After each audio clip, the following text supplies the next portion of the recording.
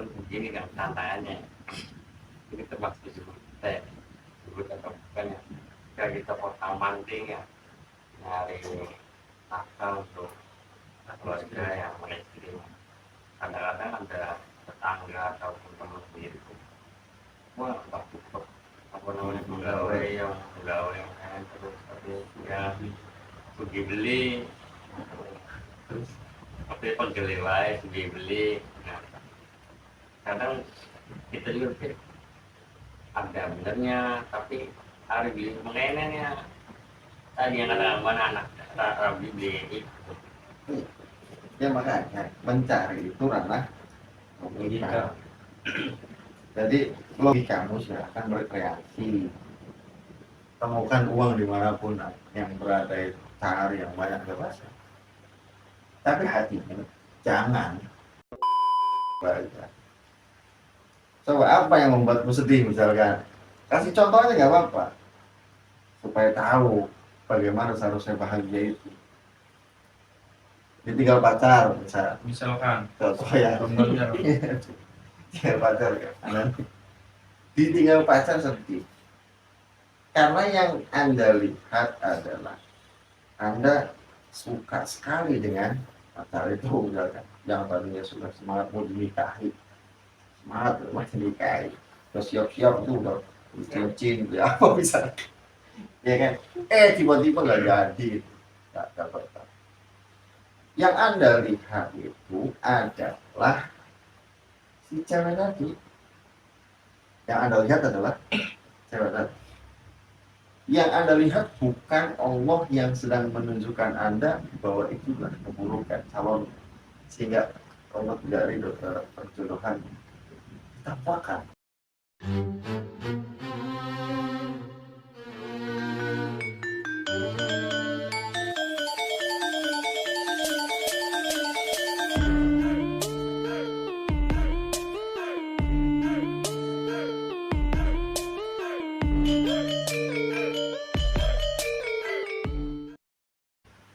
Tetap dalam tataran syariat dia melakukan sesuatu bukan bermalas-malasan loh ya. Karena tidak melakukan sesuatu itu bisa jadi karena bisikan nafsunya. Tidak melakukan sesuatu, udah miskin nggak melakukan sesuatu, bisa jadi itu karena nafsunya yang mengatakan gak usah kerja, malas ini malas itu, tidak mau mencoba ini tidak mau mencoba itu problem nafsu ya. Jadi ya, siapapun kita, kategorisasi siapapun kita jadi orang kaya atau orang miskin, parameternya tadi hatimu gimana gitu. Itu kontennya apa dari gambaran-gambaran syukur itu begitu. Gimana Kanawa? artinya berarti yang perlu kita koreksi dan benahi kan hati dulu ya kan, karena ini urusan jangan hati ya. Jadi ingat kata-kata apa nggak tahu lupa. Letakkanlah dunia dalam genggamanmu, jangan letakkan dunia di dalam hatimu ya Allah. Itulah. Selanjutnya kan tadi bagaimana tadi? ya betul ada kampanye dari awal tadi kalau bicara tulus ya yang tapi korelasi dengan tasawuf kan pembenahan hati, jadi yang harus dikoreksi itu hati. Jadi kalau tatarannya mencarilah, mencari pekerjaan, mencari uang, mencari itu lebih kepada bagaimana kemudian kita mengkompromikan saja dengan kemampuan kita. Kompromi itu gimana? Kita cari mana tempatnya uang. Ya bagaimana caranya kita mendapatkan uang? Itu ranahnya bukan hati, logika. Paham nggak? Paham. Itu logika. Itu pun di sana. Saya harus mendapatkan uang itu. Jadi kejar di sana uangnya. Jika Anda diam saja di sini tidak makan istri anak Anda, ya di sana. Lalu begini kan tantangannya, ini termasuk disebut atau bukan ya? ketika kita potong manting ya nyari nafkah untuk keluarga yang istri, kadang-kadang ada tetangga ataupun teman sendiri tuh, wah apa namanya pegawai yang lain terus ya pergi beli terus tapi penggele wae pergi beli. Nah, kadang kita juga pikir ada benernya tapi hari beli mengenanya tadi yang kata mana anak rabi beli itu Ya makanya mencari itu ranah logika. Jadi logikamu silahkan berkreasi, temukan uang dimanapun yang berada, cari yang banyak bebas. Tapi hatimu jangan, hatimu ranah logika silakan, ranah hati tetap harus dijaga. Kita tidak sampai situ. Tidak sampai situ begini. Setelah kita berkompromi dengan logika kita, kemudian mencari ini, dapat. Nah kita ketika dapatnya itu loh catatannya dan alamat. Dan catatannya ketika dapat, makanya yang tadi prakteknya, minang kok sampai rasanya sama aja gitu. Nah itu tantangannya di situ. Jadi gedebak silakan, tapi ketika menerima ya biasa saja rasanya. Terima kasih. Itu selesai, menjaga hatinya begitu aja. Jadi nggak usah ribet tidak mau orang. Dalam arti bagaimana kemudian kita memiliki logika, bagaimana kemudian kita memiliki hati yang terjaga. Kalau omongan orang nggak pernah pergi.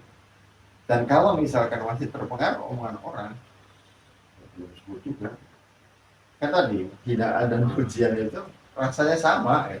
Termasuk kebahagiaan dan kesedihan yang Kebahagiaan dan kesedihan itu rasa.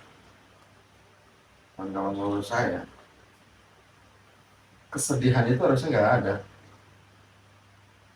Kalau ada orang yang bersedih itu karena dia tidak cerdas saja mencari kebahagiaan. Artinya kebahagiaan itu apa? Ya, tidak cerdas saja mencari kebahagiaan. Coba apa yang membuatmu sedih misalkan? Kasih contoh aja nggak apa-apa. Supaya tahu bagaimana seharusnya bahagia itu. Ditinggal pacar misalkan contoh ya. contohnya Tinggal pacar kan. Ditinggal pacar sedih.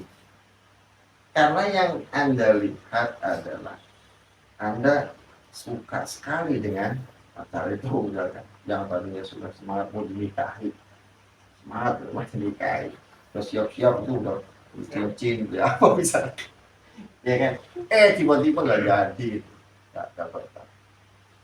Yang Anda lihat itu adalah si cewek tadi. Yang Anda lihat adalah cewek tadi. Yang Anda lihat bukan Allah yang sedang menunjukkan Anda bahwa itulah keburukan calon, sehingga Allah tidak ridho terhadap perjodohan. Tampakkan kasih sayang Allah yang begitu luar biasa, kamu respon dengan keinginanmu yang tidak tahu apa keinginan itu benar atau tidak. Yang kamu tahu bahwa saya menyukai orang itu.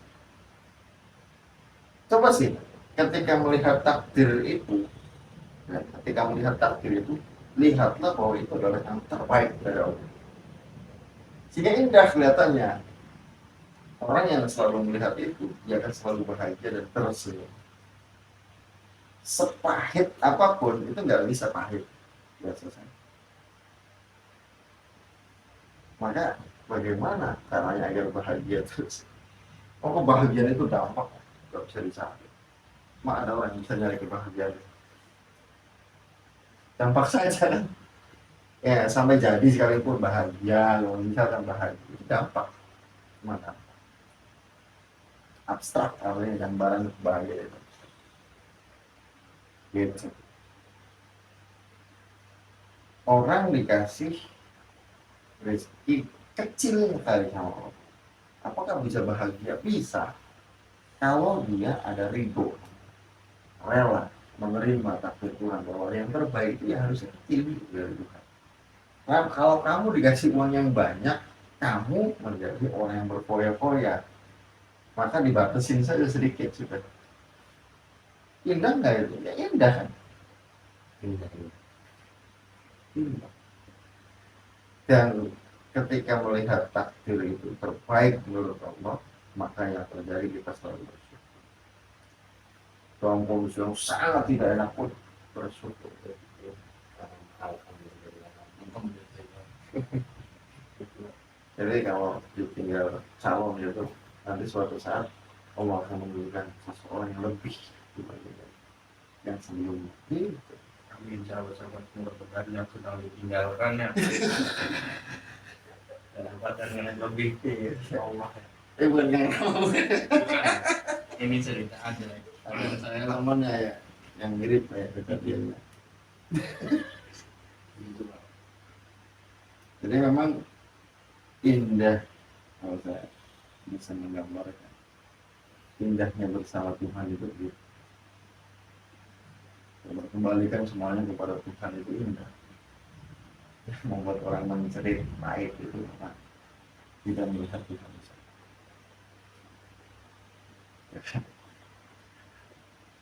Kalau kita tidak terjebak hidup di dunia, cara kita tidak terjebak pada duniawi atau hal-hal yang materi itu, gimana kan cara kita membentengi hati kita. Jadi kadang emang maksudnya memang betul maksudnya dunia itu bisa merupakan perjalanan kita yang sebenarnya ke akhirat benar-benar. Maksudnya emang dirasa dunia itu mengecek kita menuju ke kehidupan yang abadi, untuk membentenginya tuh. Ya memang dunia itu kan guru itu tipu daya. Jadi memang penuh dengan tipu daya. Kelihatannya membahagiakan, padahal kebahagiaan semu itu nggak abadi. Ciri-ciri kebahagiaan yang semu itu ketika misalkan kebahagiaan itu didapat dengan tidak memandang bahwa itu kehendak Allah. Itu kebahagiaan tidak abadi. Ketika mendapatkan sesuatu yang membuat kita merasa bahagia karena Allah yang menggerakkan itu nggak abadi. Jadi yang dipandang itu sebetulnya Allah dulu, Allah saja. Nah, guru itu begitu. Jadi seolah-olah kelihatan indah padahal tidak indah. Kelihatannya tidak indah padahal. Mereka banyak menipu. Lebih memilih sesuatu yang melenakan atau memilih sesuatu yang bermanfaat. Ini HP. Orang tunggu itu sama HP, YouTube, apa segala macam, wah berarti. Ketimbang misalkan mau baca buku, baca kitab, melihat kajian apa misalkan, itu lebih memilih HP. Itu huruf dan semuanya kebanyakan dan mengenakan yang tidak bisa terlalaikan, terlenakan itu siapa?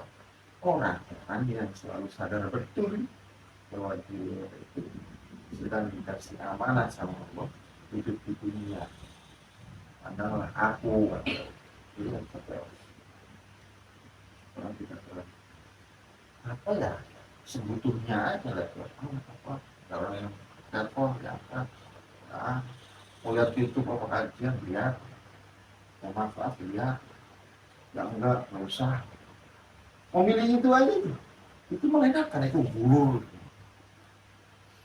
itu jadi memang pelik hidup di dunia ini apalagi zaman sekarang yang penuh dengan berbagai macam fasilitas apa yang tidak ada itu. Jadi memang yang harus dijaga itu kondisi hati. Dengan fasilitas yang ada, kemudian kita biasa saja itu bisa hatinya.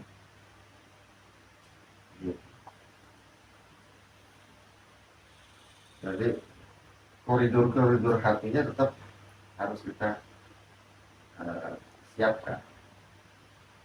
Paling tidak gambaran apa itu suhud, gambaran apa itu guru, ya kan? Gambaran ini orang terpleset atau tidak terpleset itu tahu. Sehingga ketika terjadi sesuatu, saya kepleset tahu. Ini sudah saya mencintai jabatan, saya sudah mencintai apa ya? Itu saya sadar betul. Maka harus dikoreksi ulang.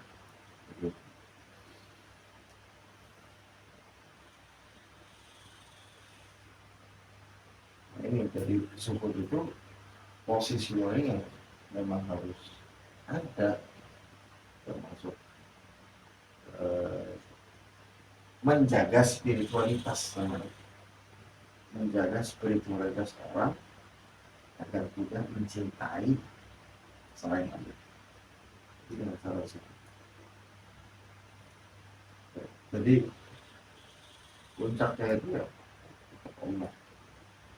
Puncaknya itu ya dia menemukan betapa nikmatnya bersama dengan Allah.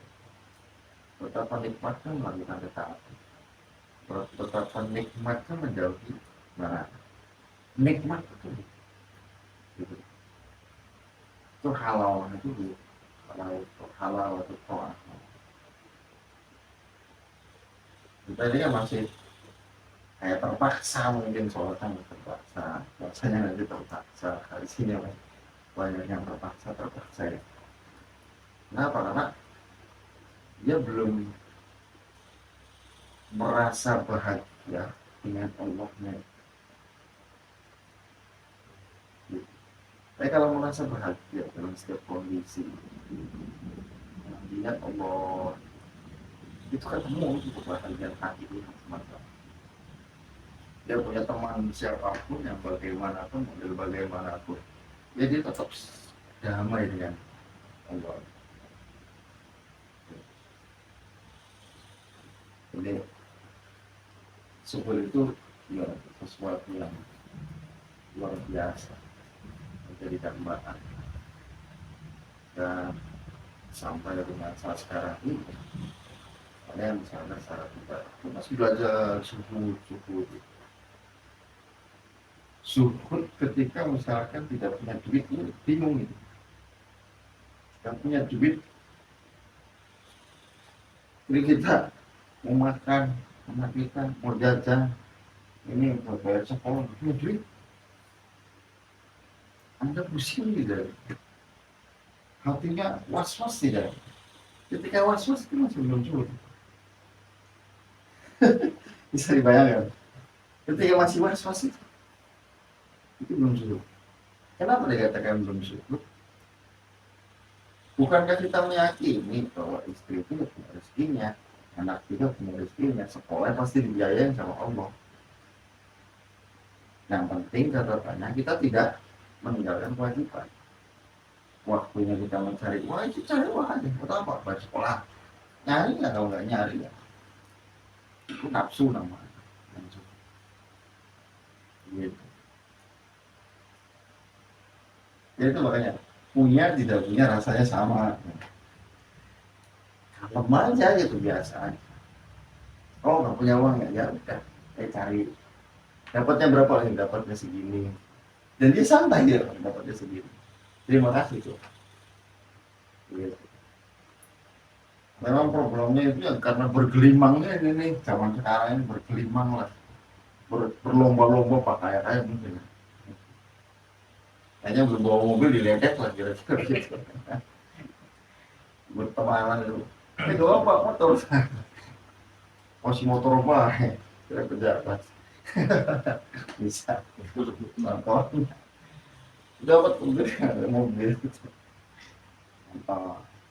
Ternyata tidak begitu ya, saya tidak. Biasanya gue motor tapi daripada punya mobil korupsi.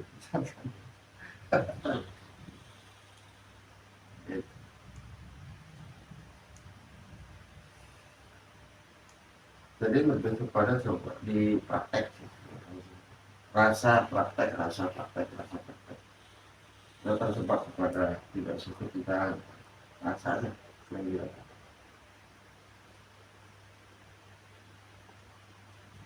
mati yang mati diri sendiri. menjaga dan seterusnya.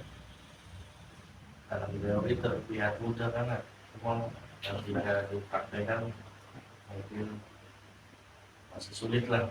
Yang Apalagi dicampuri dengan ya manusia kan mempunyai nafsu ya kan ya. yang memang ujian manusia kan dengan nafsu.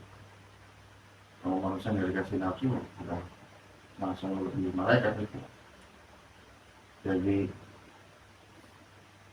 memang jadi nafsu manusia itu diuji sama Allah itu dengan nafsunya. Bagaimana kemudian nafsu ini bisa ditransformasikan menjadi nafsu yang tenang. Cara tenang itu zuhud kan itu, sehingga tidak bergejolak. Ya, contoh misalnya ngobrol begini nih, ini nafsunya tenang sekali ini lagi tenang. Iya ya gitu, iya ya, terus ketemu kayak hilang lagi. Iya ya. Kenapa? Karena nafsunya ini sedang ditransformasikan. Nafsunya ini sedang dikenalkan kepada yang menciptakannya. Nafsunya ini dicoba untuk diletakkan pada tempatnya. Maka merasa tenang. Iya. Betul.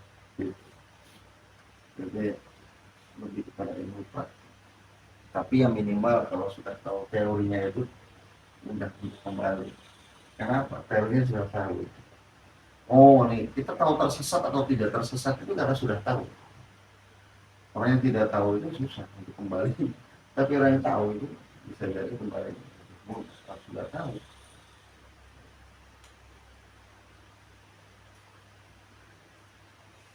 Gitu suhud itu. Ya, sebetulnya itu tuh masih secara umum pembahasan suhud secara umum. Kalau berbicara tentang kisah-kisah itu lah banyak cerita. Contoh orang yang nyantri lah, satu pesantren. Nah,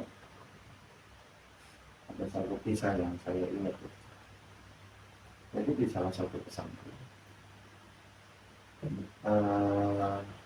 santrinya itu makan itu ya, nggak ada yang enak, Pempek terus misalnya, kita tapi kiainya itu makannya sama yang enak-enak terus, santrinya seolah-olah kelihatannya dibikin sengsara, kiainya enak-enak. Gitu. Itu bisa jadi dalam rangka memproses santri agar zuhud. Ya, dengan makan yang begitu banyak, yang begitu bervariasi, Kemudian ketika memakan dengan kondisi tidak cinta, itu, apa makanan yang menurut paling enak? Lalu kemudian rasanya sama saja dengan tempe. Zuhud juga itu.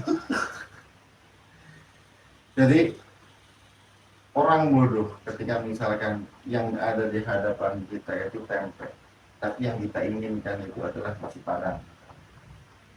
Itu bodoh-bodohnya orang. Karena yang bisa kita nikmati itu yang membuat tersiksa itu pengen nasi padang. Yang membuat tersiksa. Kenapa nggak juga ada kepengen? Nikmat sekali tempe itu. Kenapa nikmat? Ada tulangnya. Gitu. Dari sampai ke bab itu loh, makanan loh langsung orang. Ada orang yang rakus dalam urusan makanan. Rasa makanan itu harus sama aja.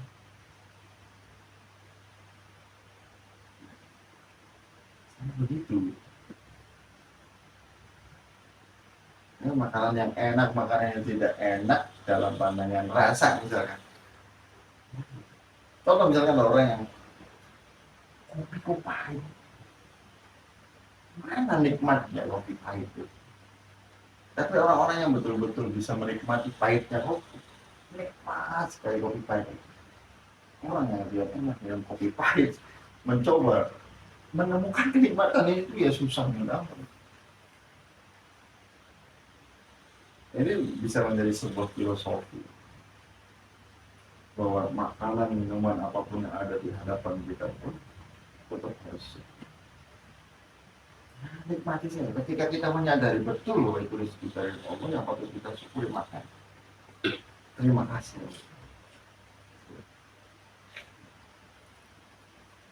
Gitu. Jadi apakah orang zaman sekarang bisa luput? Bisa. Jawabannya bukan bisa, tapi harus tetap syukur. Jawabannya harus tetap syukur. Siapapun kita semuanya dalam kondisi yang sedang bagaimanapun, sedang jaya, sedang tidak punya apa-apa, sedang saja syukur. Karena dengan syukur itu kedamaian hakiki akan didapatkan. Oke kan. Untuk pembahasan zuhud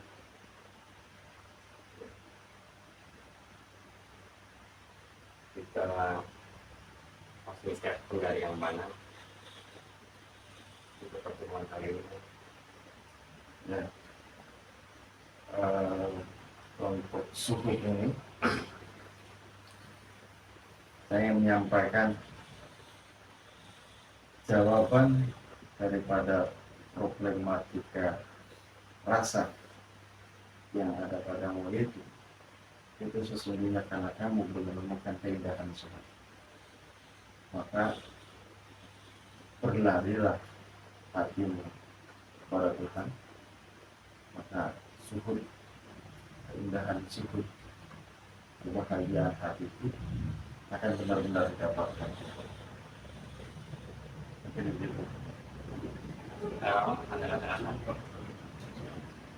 Di awal Kambana tadi mengatakan bahwasanya Kanjeng Nabi Daud bahwasanya tidak boleh kita mencintai dunia atau tidak boleh di dunia.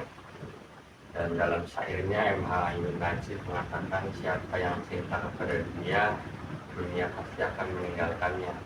Dan Gus Dur pun pernah tahu tidak ada jabatan di dunia ini yang dipertahankan mati-matian. Saya akhiri. Assalamualaikum warahmatullahi wabarakatuh. Waalaikumsalam warahmatullahi wabarakatuh.